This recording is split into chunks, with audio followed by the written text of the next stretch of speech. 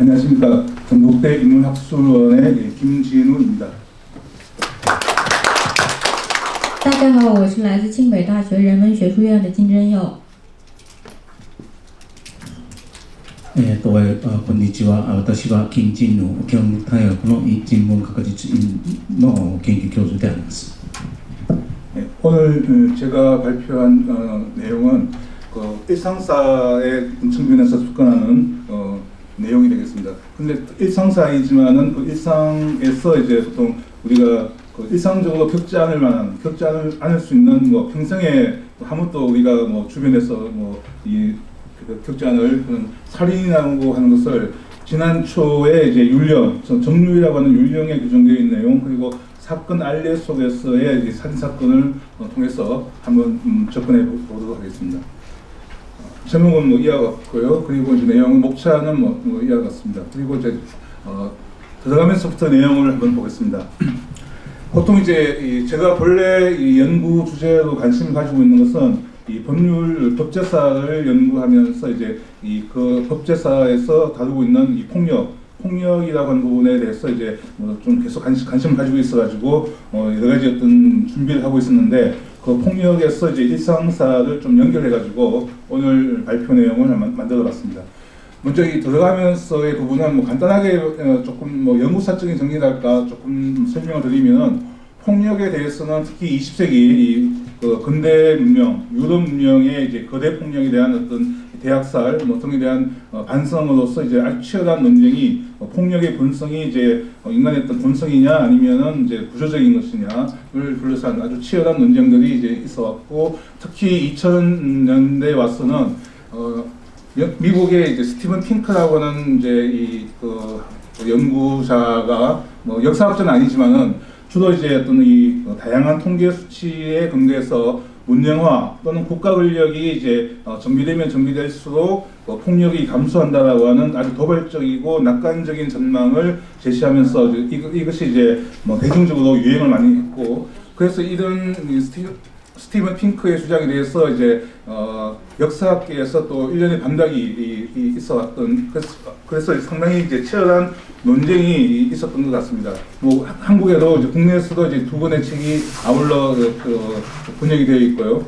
그리고 이런 최근에 이 폭력에 대한 열띤 논쟁이 반영이 되어가지고 최근에 이제 캠브리지 폭력의 세계사라고 하는 이제 책이 총서가 4권의 책으로서 이제 이 번역이 책이 출간이 되었고 이 중에서 이제 중국 고대에 관한 논문은 위키체와 샘프터의 어떤 두 편의 논고가 실려 있는 캠브리지 폭력의 세계사가 이제 최근에 4권의 책으로 또 나와 있는 그래서 일종의 이런 역사 방면에서도 폭력이라고 하는 그 주제를 키워드를 가지고 상당히 중요한 연구가 이제 진행되고 있는 걸로 이야기할 수가 있겠습니다.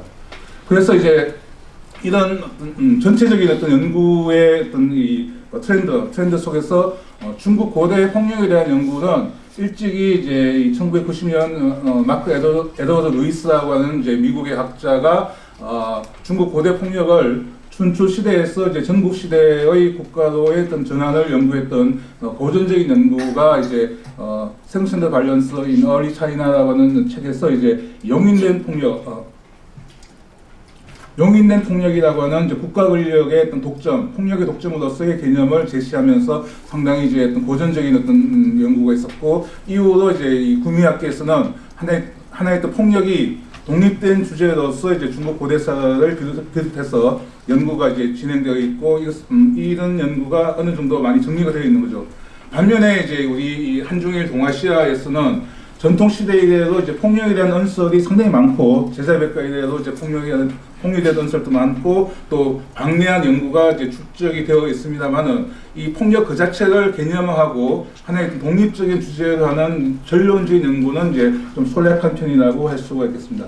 다만 이제 최근에 이제 또 일본에서 등대결 선생이 이제 편한 이 폭력의 어떤 소재라고 하는 제목의 이 전쟁사 군사사적인 측면에서의 논제가 또 나와가지고 앞으로 좀 더 활발한 연구가 이제 기대되는 바이긴 합니다. 그리고 이제 이 중국 고대 폭력에 대한 가장 특징적인 개념이자 중국 고대사에서 했던 폭력의 핵심 키워드라고 좀 정리하자면은 이제 정전이라고 해서 국내에서도 이제 논문이 좀 연구가 좀 진행되고 있습니다만은 일종의 이 국가의 어떤 전쟁에 대한 어떤 명분 또는 수단으로서 했던 여러 가지 전쟁론에 관한 논의 또는 복수, 중국 고대 폭력에 대해서는 가장 핵심적인 부분은 이제 효의 실천이라든지 또는 공법 질서에 반하는 사적 제재로서 복수에 대한 여러 가지 어떤 이 논의가 또 많이 진행되어 왔습니다. 이와 같은 이제 진행 속 연구, 폭력에 대한 연구와 함께 제 발표는 이제 진대와 이제 한초 간독 작업에서 율령의 조문가 또 사건 알레에서 폭력의 한 형태로서 가장 인간의 극대화된 극단적이면서도 아주 극명한 형태의 폭력으로서 또 국가 권력의 거대 폭력에는 또 반하는 비교되는 그런 어떤 폭력으로서의 이 살인이 돼가지고 하나의 어떤 사회사 또는 일상사적인 관점에서 접근해 볼 만하다라고 생각을 하고, 그래서 이제 제 발표에서 이제 살인을 가지고 어떻게 한번 다뤄볼까라고 고민을 하게 되었습니다.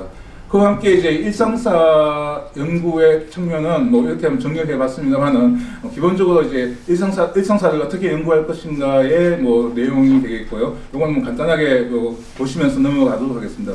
어쨌든 이제 일상사 연구는 우리가 살아가고 있는 이제 평범한 일상의 공간에서 이제 계속 반복적이지만은 기존에는 사적이고 중요하지 않다라고 생각했던 것에 이제 주목하는데, 그런데 이제 이 살인이라고 하는 것은 이 평범한 이 생활의 공간에서는 매우 특별하고 비일상적이면서 일탈의 사건, 그렇지만은 이제 누구라도 직간접적으로 겪을 수도 있는 어떤 의미에서는 이제 우리 모두 인간 모두의 삶에 편지한 폭력이라는 거죠. 그래서 이제 제가 말을 좀 말장난 같지만은 이제 이 모든 곳에 있지만은 또 편제되어 있는 치우쳐져 있는 그런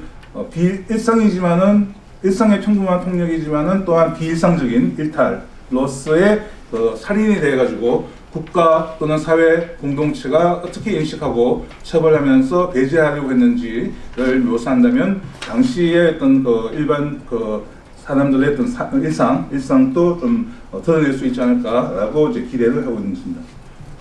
그래서 이제 본론에서 이제 지난 첫 번째 본론은 이제 정률이라고 하는 이제 율령의 한 율령에서 살인죄가 어떻게 이제 규정되어 있고 설명하고 있는지를 한번 분석하고 있는 것입니다. 보통 이제 범죄학에서 가장 단순하게 이제 폭력을 정의할 때는 인간 개체의 온전성, 신체적인 온전성에 대한 의도적인 침해라고 이제 정의를 하고 있는데, 이런 정의에 부합되는 걸로서는 이제 가장 핵심적인 요소는 고의라고 하는 거죠. 고의성. 타인에게 해를 끼치려고 하는 고의가 이제 가장 핵심적인 요소이고, 이거는 현대 형법에서도 일단 범죄 성립의 요건에 고의성 여부가 가장 중요한 요건이 되고 있는 거죠. 그런 부분이 이제 중국 고대의 율에서는 적이라고 표현하고 있다는 거죠. 이와 같이 이제 적이라고 표현하고 있고, 이런 고의적인 불법 폭력에 대한 합법적인 국가 권력에 처벌하고자 하는 율을 모두 이제 모아놓은 율명이 이제 정률이라고 하는 것입니다. 그리고 이 정률이라고 하는 율명은 이제 전국 이해의 법경 율법의 적법에서부터 나오기 시작해가지고 상황변법의 이제 진율의 이제 육률 아래 이 정률이 있었고, 그것이 이제 한율. 그래서 진한율에는 이제 정률이라고 하는 걸로 규정되어 있는 거죠. 정률과 함께 이제 도율이 함께 있지만은 이 정률과 도율이 북지시기, 남북조의 이 북제시기에는 적도율로 합쳐져서 방률에 가게 되면은 이제 이름하여 적도율로 이제 합해지는 거죠. 대체로 이제 정률과 도율의 내용들이 일상적인 어떤 폭력의 이제 처벌로서 살인 또는 강도, 절도, 협박 이런 일반적인 어떤 범죄를 포괄하고 있기 때문에, 그래서 이제 정률과 도율을 함께 나중에는 이제 합쳐지게 되는 것입니다. 그 진한초 간독에서의 이 정률을 확인할 수 있는 자료는 일찍이 이제 수호지 진관 법률 단문에 적살상에 관련된 문답이 이미 나와 있고, 그리고 이제 이미 나왔던 이제 장가산 2년 율령의 정률이 이 고조 예우 시기에 해당되는 정률이 이제 이미 우리가 확인할 수 있었죠. 그리고 이제 최근에 이제 공개된 336호묘 한간, 장가산 336호묘 한간의 한율 16장에서 문제 초 시기에 해당되는 정률의 내용들이 이제 또 공개가 되었고요. 그와 함께 이제 또 역시 최근에 일부만 공개된 호가 초장 한간의 정률의 일부 조문이 뭐 전부는 아니지만은 일부 조문이 이제 또 공개가 돼가지고 상당히 이제 많은 자료가 이제 확보가 된 거죠. 확보가 되어서 진한초 출토감독의 정률 조문을 서로 이렇게 대조 종합해 보면은 진율 단계에서 적어도 한초 문제 시기까지 1년의 율이 정비되어 가는 과정을 거치면서 당시 통행되었던 진한초의 정률의 어떤 전모를 일종의 복원할 수 있다, 또는 복원 연구를 할 수 있다라고 이제 하겠습니다. 그 정도의 어떤 자료가 이제 충분히 축적이 되었다라고 하겠습니다. 일단 가장 뭐 최근에 나왔던 이 한율 16장을 중심으로 정률의 구조를 한번 분석을 해보면요, 정률의 구조와 그 내용을 보면은 대충 한 6가지 정도로 구분할 수가 있습니다. 가장 첫 번째는 이제 반제, 모반제, 국가 권력에 대한 반제고, 그와 함께 이제 대처도 뭐 공사 문서라고 하지만 대처도 공문서 계통이죠. 간인, 인장 및 공문서에 위조하는 죄. 이것도 역시 이제 국가 권력에 대한 일종의 이제 공적인 권력에 대한 위반하는 범죄가 되겠습니다.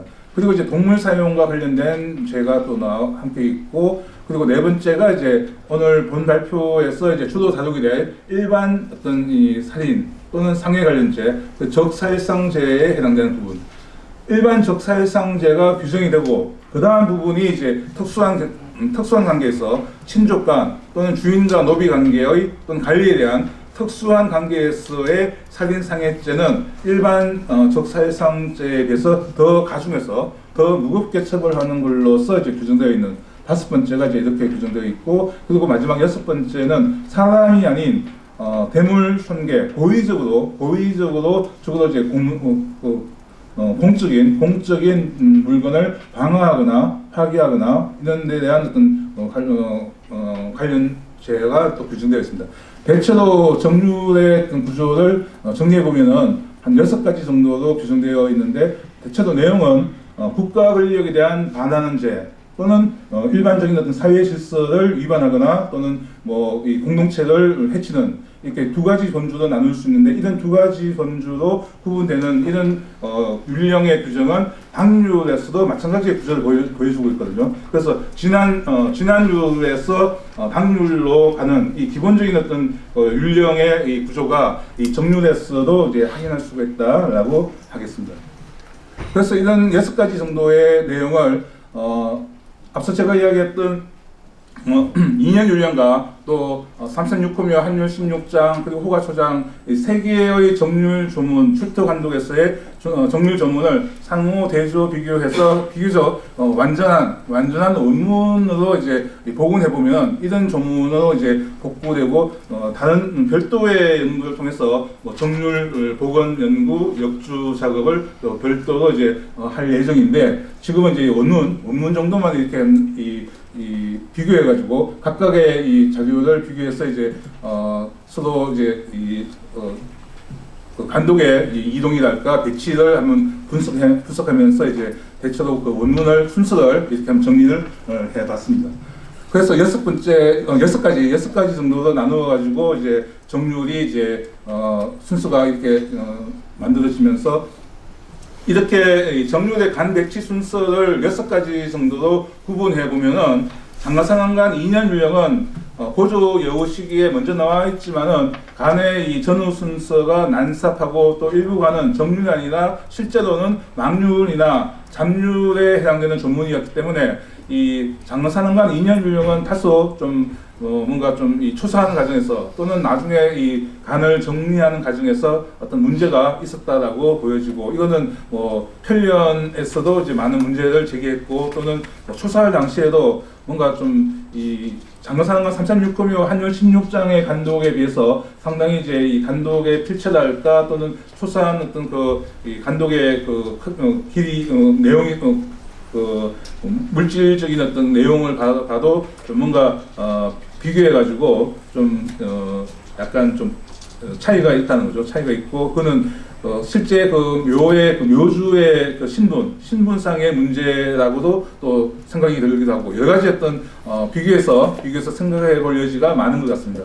어쨌든 2년 유령에 비해서 지금 이제 336금요 한율 16장은 내용상 간의 배치가 이제 일관되게 쭉 이어지면서 이제 출토되었고, 그리고 한율 16장이 그래서 좀 더 온전한 형태, 좀 더 이제 완전한 형태로서 중앙에서부터 지방에 내려와서 이제 이 초사되는 과정에서 좀 더 이제 정확한 정보를 가지고 아마 초사한 것이 아닐까라고 이제 좀 생각을 하는데, 그건 시간적인 맥락 또는 그 시대적인 맥락 여러 가지를 고찰해야 되기 때문에 좀 별도의 좀 더 숙고가 좀 필요할 걸로 생각이 됩니다. 어쨌든 이렇게 한번 일단 원문을 대조해가지고 한번 정리를 해보고, 그 다음에 이제 그 중에서 이제 오늘 주목하는 이제 일반 적살성제의 앞서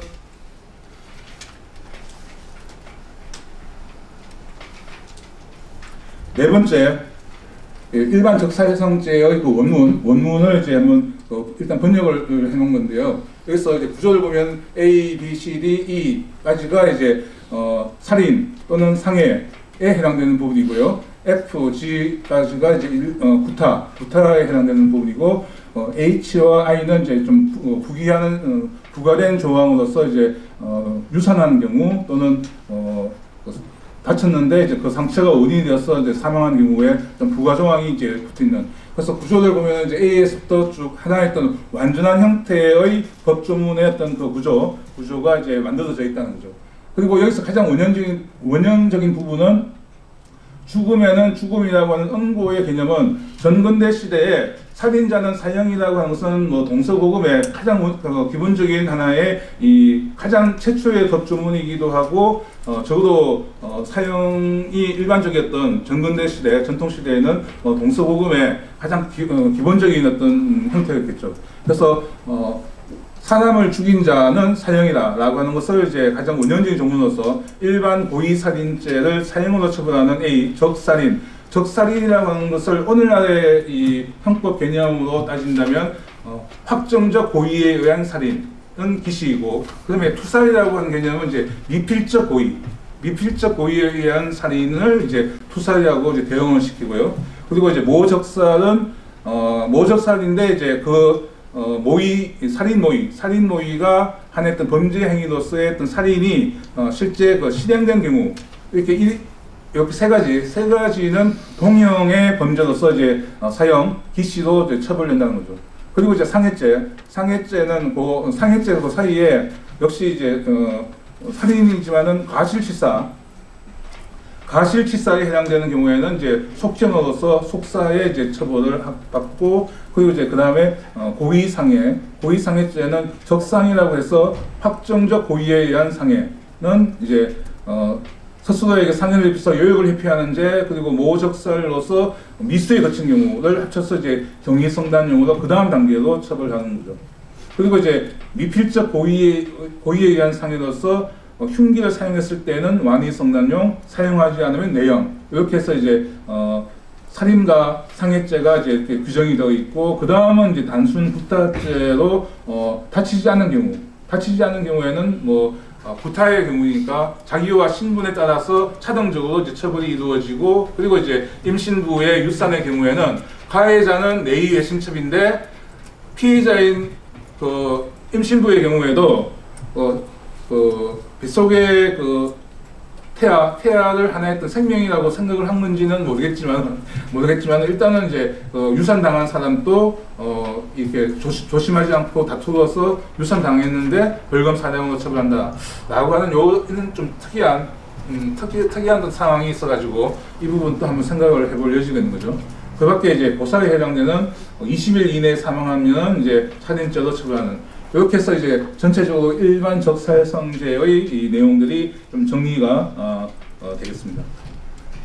그래서 이 부분을 하나의 형벌 구조로서 정리하면은 황제 권력 중심의 위계적이고 차별적인 법 체계가 형벌 체계에서도 이제 갖춰져 있는데, 이름하여 이제 기시, 적살, 투살, 그리고 모적살의 이제 실행의 경우 일반 살인죄는 기시라고 하는 이제 법정 기본 사형으로서 이제 기시이고, 거기에서 이제 강도살인의 경우에는 이제 도율에 규정되어 있는 책형으로서 한 단계 가중되는 거죠. 좀 더 무겁게.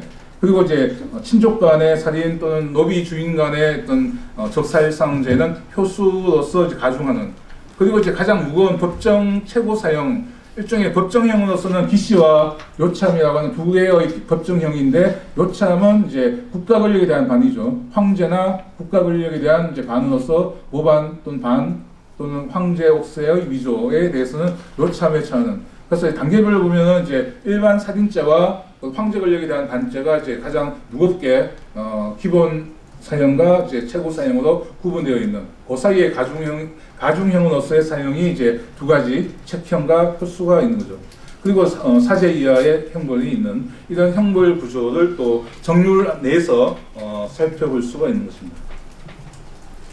그리고 이제 이런 좀 전에 제가 이미 설명을 드렸습니다만은 그 처벌 단계를 이제 이름하여 확정적 고의 및 미필적 고의에 의한 살인죄는 기시, 그리고 그 이하의 이제 과실치사는 속사, 그리고 확정적 고의에 의한 상해죄는 경위성단용, 그리고 미필적 고의에 의한 상해죄는 이제 흉기 사용 여부에 따라서 각각 완이성단용과 내용으로 각각 구분되어지는. 그래서 형벌이 정률에 처벌의 이런 단계나 규정들이 상당히 체계적으로 잘 정리가 되어 있는 것을 알 수가 있는 것입니다. 그래서 이제 이런 정률의 규정을 가지고 실제 살인 사건에 어떻게 논제가 되고 또 처벌의 어떤 규정이 적용되었는지를 확인하기 위해서 이름하여 폭력에 대해서 국가 권력의 합법과 그리고 국가 권력에 의해서 불법으로 규정된 폭력으로서의 살인, 이런 두 개의 합법과 불법의 이 두 가지의 폭력이 만나는 장이 이제 재판이죠. 사법 절차의 장에서 만나게 되고, 그 만나는 장을 확인할 수 있는 것이 바로 주원서나 또는 악록증 간의 유역동정 사종의 알례동의 이런 사건의 알례에서 우리가 이런 폭력에 만나는 장으로서, 합법과 불법의 폭력에 만나는 장으로서 확인을 할 수가 있고, 그 안에서 살인 사건이 어떻게 처리가 되는지를 볼 수가 있다는 거죠. 그래서 제가 7건의 알례를 살인 사건으로서 7건의 알례를 이제 추출해내어 가지고 좀 분류를 해봤는데요. 살인과 상해죄에 해당되는 유형으로서 악록증 간의 4개의 알례, 그리고 장가산 한간의 3개의 알례를 정리를 해보고, 1번 알례는 보통 이제 그 관리가 군도를 체포해가지고 포상금을 편취하려고 하는 것에 대한 1번 알례와 2번 알례가 있는데, 그 본래의 사건이 이제 이 군도 10명의 군도를 체포한 사건을 이제 그 원래의 사건으로서 이제 합쳐가지고 제가 이렇게 분류를 했고, 그 밖의 사건들은 이제 각각 독립된 하나의 안건으로 있는 것입니다. 그리고 사건이 발생한 장소, 그리고 해당된 어떤 처벌, 형벌이 어떻게 처벌되었는지, 그 외에도 이제 좀 더 상세하게 분석할 내용들이 있습니다만은 좀 간단하게 이렇게 한번 표를 만들어 봤습니다. 각각의 사건들을 간단하게 한번 설명을 드리면은, 먼저 도살상죄로서 군도 혹은 개인이 강도 살인죄를 저지른 경우로서 네 가지의 알례가 나오는데요.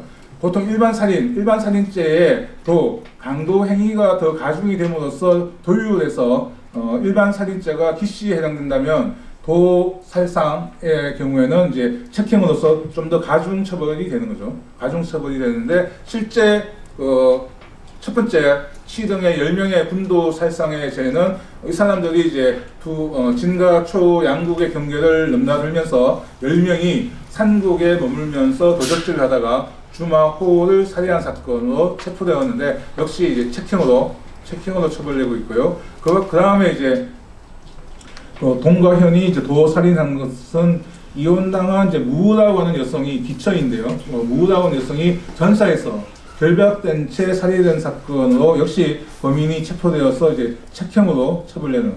그리고 이제 위도살 안의 등의 어떤 사건은 예신 위라고 한 사람이 도망을 치다가 이제 역시 전사에서 안 등의 세 명을 살해해가지고 이제 뭔가 훔쳐가는 이런 도살상죄를 저질러서 책형에 처해지는 사건. 그리고 이건 장사난간 주원서에 나오는 알례인데요. 공사공이라고 하는 사람이 이제 시에서 돌아가던 이제 여자 노비를 골목에서 칼로 이제 등을 찔러가지고 상해를 입히고 돈을 강탈해 갔던 사건. 근데 이 사건의 경우에는 이제 완이성단으로 살인 사건은 아니니까 조금 이제 또 자기 작도 있고 해가지고 약간 이제 책형이 아닌 사형이 아닌 완이성단으로 이제 처벌이 되고 있습니다. 네 건의 사건은 강도 사건, 강도 살인 사건, 강도 살인 상해 사건으로 이제 정리를 할 수가 있고요. 그리고 이제 일반 살인 사건은 적살상이라고 해서 역시 악록증간의 이제 요운형 살인 등의 사건은 이 사오요가 이제 시사에서 시의 숙소에서 사람을 흉기로 찔러 죽인 사건인데 이 사건에 도살상을 적용할지 여부가 이제 문제가 되어서 이제 진시황 20년 예신희의 도살인 사건을 인용하고 있다는 거죠. 여기는 인용하고 있는 사건이 이제 도살상이고 실제 이 사건은 도가 해당되는지 여부는 좀 확인하기 어려운 부분이 있습니다. 그 다음에 이제 군노무가 이제 적상인한 것은 도망노비였던 이 무가 정의 경계 내에서 이제 체포하려고 했던 구도 시에 이제 검으로 격투하다가 상해를 입혔던 사건으로서 이제 형이 성단이 되는 거죠. 그래서 적상인이 되고요. 세 번째 사건은 상당히 이제 독특한 사건인데 신처현의 혈령이었던 신이 이제 예하의 옥사무가 자신한테 무례하고 또 자기를 고발하려고 했기 때문에 이제 자기 수하였던 창을 시켜가지고 교사에서 이제 옥사무를 살해한 사건이었는데 당연히 이제 신처 혈령 신은 이제 교사 살인을 모의하고 교사함으로써 이제 기시에 해당되고 또 실제 살인을 실행했던 사람은 창은 또 역시 기시에 해당되고 그런데 이 창을 체포하지 않았던 병가최라고 한 사람은 이제 제수를 놓아준 걸로써 역시 동률로 같은 유를 적용되어서 이제 기시로 처벌되는 그래서 해당되는 사건에 이제 교사범 또는 실행범 또는 방조했던 체포하지 않았던 4명이 모두 기시로 처벌되어 논제되었던 사건이라고 하겠습니다. 그래서 지금 이제 도살상과 적살상, 일반 살인까지 3건을 합쳐서 7건의 살인 상해 사건을 좀 정리해 보면 그 논제된 형량이 모두 정률과 그 도율의 조문에 부합된다는 거죠. 그래서 실제 정률의 내용을 분석을 했지만은 그 실제 사건에서의 내용과 또 논제되는 과정을 보면은 율대로 이제 처벌되고 있다는 것을 알 수가 있는 것입니다. 그리고 이제 실제 7건의 사건의 주된 발생 장소는 대체로 전사 또는 시사 또는 산고 또 길 위에서 이제 사건이 발생을 하고 있어가지고 어쩌면 당연한 말이겠지만요. 개방적이고 유동적인 공간에서의 사건의 발생. 근데 반면에 엄격하게 이제 출입이 통제되고 상호 감시 또는 연대 책임을 져야 하는 위 내에서의 사건. 오전에 복형문 수행의 어떤 기조 강연도 있었지만요. 적어도 위 내에서의 사건은 지금까지 나와 있는 주원서나 이런 사건 알례에는 위 내에서의 살인 사건이라든지 이런 확인이 잘 되지 않는다는 거죠. 실제 전사 또는 아니면 집안에서의 어떤 사건이 발생했는데 그 집안이라고 하는 것이 대체로 위가 아니라 전사가 아닐까라고 이제 추정할 수 있다는 거죠. 그래서 이제 실제 미래는 이런 사건이 잘 발생하지 않을 수도 있겠구나라고 생각을 할 수 있는 거죠. 그래서 유동적인 이 공간에서의 이런 사건의 발생은 뭐 어쩌면 지금도 마찬가지겠죠. 지금도 마찬가지로 당연한 것이겠지만은 이를 통해서 그 폭력의 위험에서 격절된 향리에서의 생활과 함께 당시 일반 민들의 삶을 이 향리라고 하는 요 공간에서의 어떤 그 고정된 삶이 아니라 좀 더 이제 유동적이고 또 일상적인 어떤 그 좀 더 개방적인 공간에서 좀 더 폭력에 노출되어 있는 그런 모습으로 좀 접근할 수 있지 않을까라고도 한번 생각을 해봤습니다. 그와 함께 이제 사건 관련자의 그 사회 계층을 보면은 앞서의 힐령이나 옥사의 그 살인 사건도 있었지만요, 관리 그리고 일반민 사호도 있었지만은 대체로 기처, 예신 또는 노비 또는 망인 이렇게 사회 계층상으로는 하위에 위치하는 사람들이 이제 주로 이런 살인 사건의 피의자이자 가해자로 등장을 하고 있다는 거죠. 그래서 이러면 이제 이런 공간도 좀 더 향리가 아닌 좀 더 개방적이고 유동적인 공간에서의 사건이 발생하고 이런 공간에서는 좀 더 이제 이런 관리나 일반 민보다는 하층민들이 좀 더 이제 이런 국가 권력으로부터 위계적으로 소외된 하층민들이 공간적으로도 이제 폭력에 노출된 환경에 좀 더 내몰려 있었다라고 볼 수 있지 않을까, 뭐 그런 짐작을 추정을 좀 해봤습니다. 그래서 이제 이런 정률의 분석과 살인 사건에 대한 뭐 좀 더 상세하게 좀 분석을 할 수도 있겠는데, 일단은 이 정도의 뭐 좀 간단하게 좀 정리를 하면서 이제 결론에 들어가면은, 제가 앞서 이제 들어가는 말에서 이제 스티븐 핑크의 이야기를 했었는데요.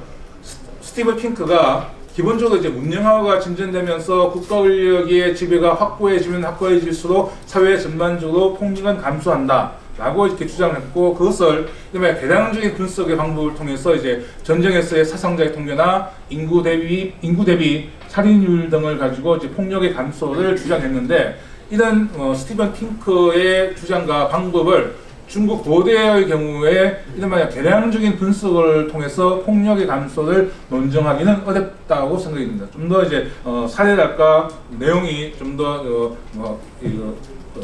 통계적인 수치로 이야기하기에는 자료가 많지가 않기 때문에요. 다만 이 춘추시대에도 이제 전제 군주 권력이 형성되는 속에서 율령의 제정을 통해서 불법적인 폭력이 규정되고 금지되고 처벌되는 것은 분명하다는 거죠. 분명하고, 그 외에도 진율이나 이런 데서 보면 이제 민간 무기 휴대를 규제를 하고, 노상에서 살인 상해 사건이 발생을 하면은 100보 이내 사람들이 즉시 이제 구제해야 되는데, 그것을 구하지 않으면은 또 처벌하는 이런 조항들이 만들어지는 것을 통해서 민간 일상에서의 폭력을 국가가 점점 통제하려고 하는 다양한 조치가 만들어진다는 거죠. 우리가 이 수호지 진간이나 또는 악록진간 또는 장가산항간을 통해서 율령을 통해서 보면은 이런 민간에서의 일상적인 폭력이 적어도 춘추 전국 이래의 만연했던 일상적인 폭력을 국가 권력이 뭔가 통제하려고 하는 이런 조치가 분명히 실행되는 것은 분명하고, 그래서 이런 지난대 국가 권력의 율령, 사법제도 또는 행정, 치안이 갖추어지는 것에 비례해서 사회 일상의 폭력은 전반적으로 감소하는 추세에 있었다라고도 좀 뭔가 볼 수 대략적으로 그런 추세를 이야기를 할 수 있지 않을까라고 생각을 합니다. 그래서 분명히 이 춘추 전국 시대에 비해서 진대 또는 한대에 들어오게 되면 좀 더 이제 세상은 좀 더 안전해지지 않았을까라고도 할 수가 있겠지만, 그럼에도 이 국가 권력의 사법 행정 측면에서 살인과 같은 이 명료한 폭력의 형태는 분명히 감소를 했다라고 할지라도, 이러한 폭력의 감소에는 분명히 제가 살인 사건의 분석에서 이제 위계적이고 구조적인 이 차별이 존재하기 때문에 주로 이제 기청 사회의 이 하부 소외된 하층민들이 이 향리의 외부 개방적이지만 유동적인 이 공간에서 일상적인 폭력의 위험에 좀 더 노출되어 있는, 그래서 폭력은 감소되었겠지만은 그렇지만 그 폭력의 감수는 차등적이고 또 구조적으로 이제 뭔가 위계적인 어떤 차별이 존재하는 그런 폭력의 감소가 아니었을까라고 좀 추정하면서 어쩌면 당연한 이야기를 이렇게 말을 좀 만들어서 한번 이야기를 해봤습니다. 중국 고대 이 정물과 그리고 살인 사건의 어떤 간단한 분석을 통해서 이 정도의 어떤 발표를 한 걸로 이제 오늘 제 발표는 여기서 마무리하겠습니다. 감사합니다.